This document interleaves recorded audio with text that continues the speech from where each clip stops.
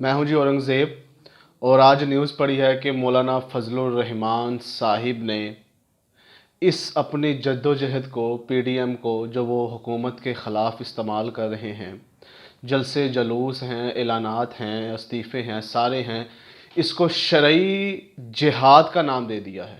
اور انہوں نے کہا ہے کہ اب جو اس جد و جہد سے پیچھے ہٹے گا، اس کوشش سے پیچھے ہٹے گا، یعنی کہ حکومت کو گھر بھیجنے والی اس کوشش سے جو پیچھے ہٹے گا وہ کبیرہ گناہ کرنے کا مرتکب ہوگا۔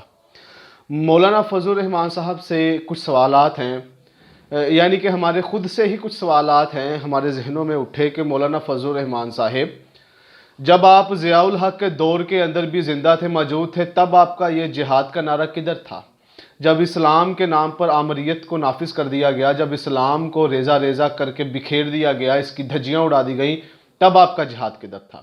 مولانا فضل الرحمان صاحب، جب نواز شریف جیسے رہنما کو، لیڈر کو ہمارے سروں کے اوپر مسلط کر دیا گیا، تب آپ کا یہ اعلان جہاد کدھر تھا؟ اور جس عورت کو آپ کہتے تھے کہ اسلام کے اندر اس کی جو حکومت ہے، اس کی حکمرانی ہے، وہ کفر ہے، وہ شرک ہے، تو تب پھر آپ اس کی چاکری کیوں کر رہے تھے؟ اس کے قدموں کے اندر کیوں بیٹھے ہوئے تھے؟ اس کی قدم بوسی کیوں کر رہے تھے؟ تب آپ کا یہ جہاد، تب آپ کا یہ جنون کدھر چلا گیا تھا؟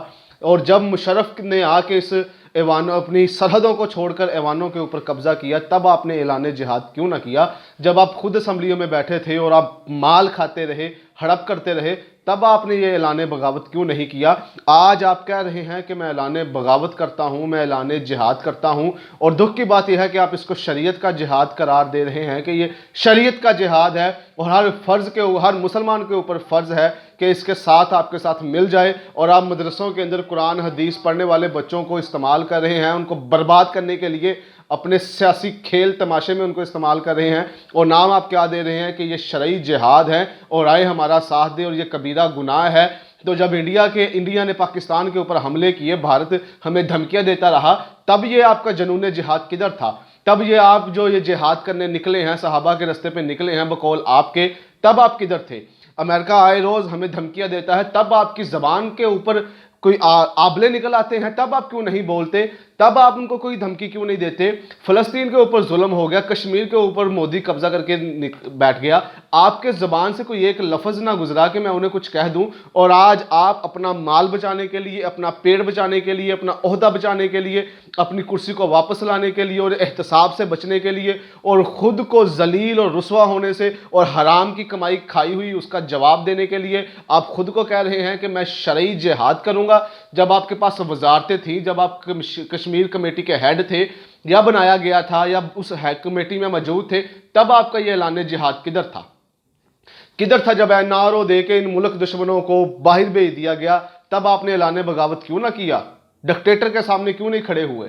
اور جب بے نظیر بھٹو، جس کی آپ نے چاکری کی، جس کو آپ کہہ رہے تھے کہ یہ کفر کی حکومت ہے، یہ کافر ہے، بعد میں آپ نے اس سے وزارتیں لے کے اپنا دین بیچا، اپنا ایمان بیچا، دین فروش ملا بن کے سامنے آئے، جب اس کی شہادت ہوئی، تب آپ نے کوئی کلمہ کیوں نہیں بولا؟ تب آپ نے کوئی تحریک کیوں نہیں چلائی؟ زرداری کی حکومت کو آپ نے قبول کر لیا، تب آپ نے کیوں نہیں آپ نے کیوں نہیں قدم پیشی کی؟ آپ نے آرمی پبلک سکول کے اندر بچوں کو نہتا ذبح کر دیا گیا، تب آپ کدھر تھے؟ تب آپ کا یہ اعلان جہاد کدھر تھا؟ پشتون تحریک کو ادھر ہوا دی گئی، اس آگ کو، تب آپ کدھر تھے؟ تب آپ کا یہ اعلان بغاوت کدھر تھا؟ بلوچستان کو علیحدہ کرنے کی تحریکیں چلائی جا رہی تھی، تب آپ کدھر تھے؟ اور آپ وہ محمد بن قاسم ہے، وہ تو سنا ہے کہ ایک بچی کی آواز کے اوپر کراچی میں آ گیا تھا، موٹر وے حادثے کے اوپر آپ کیوں نہ اٹھے؟ اس بچی زینب کے ساتھ جو زیادتی ہوئی تھی، تب آپ کہاں تھے؟ کیونکہ تب جن کی وزارت آپ کو دی گئی تھی، حکومت ان کی تھی، تب آپ خاموش تھے۔ آپ کن کے ماننے والے ہیں؟ آپ نے کس کا کلمہ پڑھا ہے؟ اس کے صحابہ کی بات تو سنو، کیا کہا تھا حضرت ابوبکر صدیق نے کہ اب اگر کوئی ایک رسی بھی حضرت محمد صلی اللہ علیہ وسلم کے دور میں زکوٰۃ میں دیتا تھا اور اب وہ نہیں دے گا تو میں اس کے خلاف جہاد کروں گا۔ اس لیول پہ جا کے انہوں نے جہاد کا کر دیا۔ آپ نے کیا سود کے خلاف جہاد کیا ہے؟ پورے پاکستان کے اندر سودی نظام ہے، آپ نے کیا اس کے اوپر ایکشن لیا ہے؟ آپ نے کیا جہاد کیا ان کے خلاف؟ آپ نے کون سی تلوار اور میدان میں گئے ان کے خلاف کہ نہیں یہ کفر ہے، یہ شرک ہے، لہٰذا ہم شرعی جہاد ان کے ساتھ کرتے ہیں؟ تب آپ کدھر مر گئے تھے؟ تب یہ کدھر چلے گئے تھے آپ کے ساتھ والے کہ نہیں اب ہم یہ شرعی جہاد کریں گے؟ کدھر تھے وہ لوگ سارے؟ تب آپ نے یہ اپنا دین کا لبادہ جو اب اوڑھا ہے تب کیوں نہیں اوڑھا تھا؟ تو شرم آنی چاہیے ہر اس انسان کو جو اپنے دین کو صرف اور صرف اپنے ذاتی مفادات کے لیے استعمال کرے، اپنے لباس کو صرف اس لیے اوڑھے کہ وہ اپنے آپ کو کچھ دکھلانا چاہتا ہو، داڑھی اس لیے رکھے کہ وہ دھوکہ دے لوگوں کو۔ شرم آنی چاہیے ایسے رہنما کو جو اپنے ذاتی مال، اپنی ذاتی پراپرٹی، اپنی ذاتی کمائی کو بچانے اور اس کا حساب دینے سے بچنے کے لیے وہ جہاد کا اعلان کر دے، اور اس حکومت کے خلاف بغاوت کو وہ اس سے بغاوت سے پیچھے ہٹنے کو وہ گناہ کبیرہ قرار دے دے۔ کدھر گیا دین؟ اب اٹھے وہ جو دیندار لوگ ہیں، اٹھ کے سامنے آئے، بتائیں کیا حقیقت ہے۔ کدھر ہے وہ توحید پرست جو اللہ اللہ کا راگ لاپتے ہیں؟ آگے بتائیں کہ یہ کیا بات ہو رہی ہے۔ کدھر ہے وہ عاشق رسول جو اپنی تن من اور دھن کی بازی دینے کے لیے بھی تیار ہیں؟ آگے بتائیں ممبروں کے اوپر کہ اس نے یہ کیا بات کہی ہے۔ وہ کدھر لوگ ہیں جو تبلیغ کے لیے اپنا ملک چھوڑ کے در بدر کی جا کے دوسرے ملکوں کے اندر تبلیغ اور اصلاح کرتے ہیں؟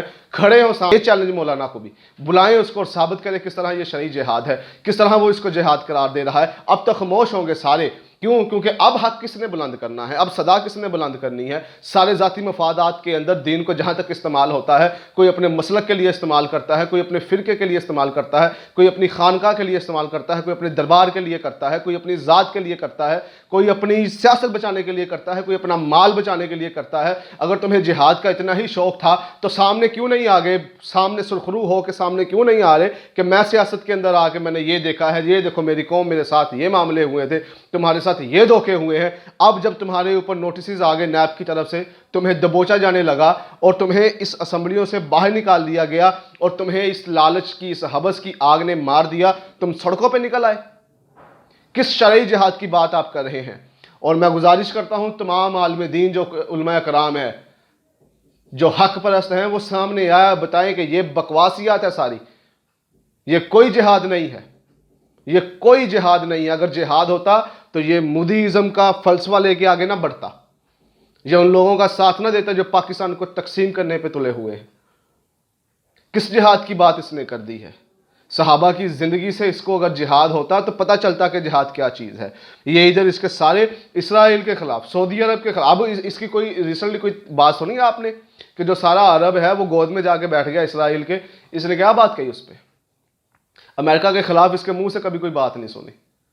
جب اس نے یروشلم کا فیصلہ کیا تھا فلسطین والا، تب اس کے منہ سے کوئی زبان نہیں نکلی، تب انہوں نے جناب محترم مولانا فضل الرحمان صاحب نے نہیں کہا تھا کہ میں ان کے خلاف اعلان جہاد کرتا ہوں۔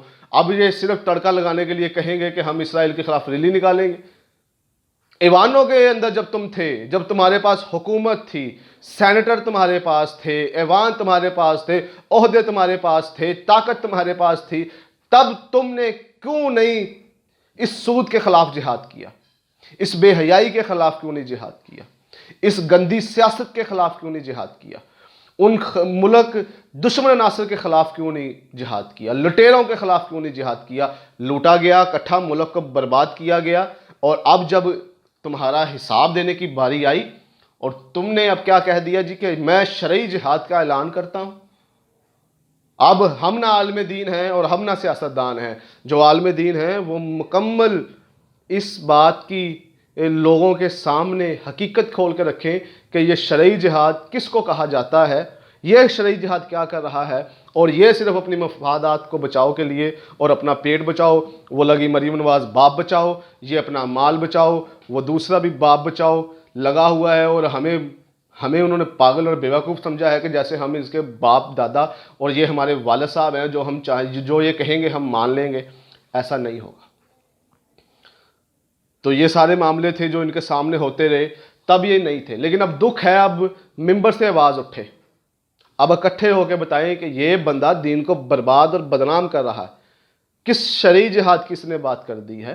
مدلل باتیں کریں آپ، مناظروں کے، دوسرے فرقوں کو ختم کرنے کے، پھانسی کی سزا دینے کے، اس مسئلہ کو کافر اور شرک کہنے سے، یہ اب آپ کے اوپر حق ہے کہ جو ایک باطل نظریہ سامنے آیا ہے اپنا مال بچاؤ کو جہاد کہنے کا، اب آپ جہاد کا لفظ اب جب آ ہی گیا ہے جس سے پوری امت رسوا ہو گئی اس کام کو چھوڑ کے، اب اس کا صحیح معنی سامنے پیش کریں اور دیکھیں کہ مولانا فضل الرحمان نے کیا امت کی سرخروئی کے لیے جہاد کے اقدامات اٹھائے ہیں، اور صاحب اقتدار ہو کے، صاحب منصب ہو کے اس نے کیا کارنامے کیے ہیں کہ ہمیں لگے کہ نہیں، واقعی ہی یہ بندہ اس خالد بن ولید، عمر بن عبدالعزیز اور حضرت عمر کے راستے پہ چل رہا ہے، کہ یا پھر صرف باتیں ہی ہیں اور اپنا مال بچاؤ والا یہ سودا بیچ رہا ہے اور چورن بیچ رہا ہے۔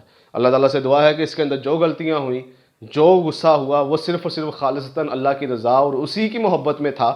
ہمیں کوئی ذاتی انار نہیں مولانا صاحب سے، ہمیں کوئی فضل الرحمان صاحب سے کوئی ذاتی انار نہیں، ہمیں کوئی محبت نہیں عمران خان سے۔ ہم حق کی اور سچ کی بات کرنے کی کوشش کرتے ہیں، لہٰذا یہ بات غلط ہے کہ اپنے آپ کو بچانے کے لیے آپ اسلام کی جو لوازمات ہیں ان کا آپ استعمال کریں۔ اللہ سے دعا ہے اللہ ہمیں ایسے دشمن جو رہنماؤں کی شکل میں ہمارے اوپر ہیں، ہمیں سمجھنے، ان کو قابو کرنے اور ان کے گربانوں تک اپنا ہاتھ ڈالنے کی توفیق عطا فرمائے۔ السلام علیکم۔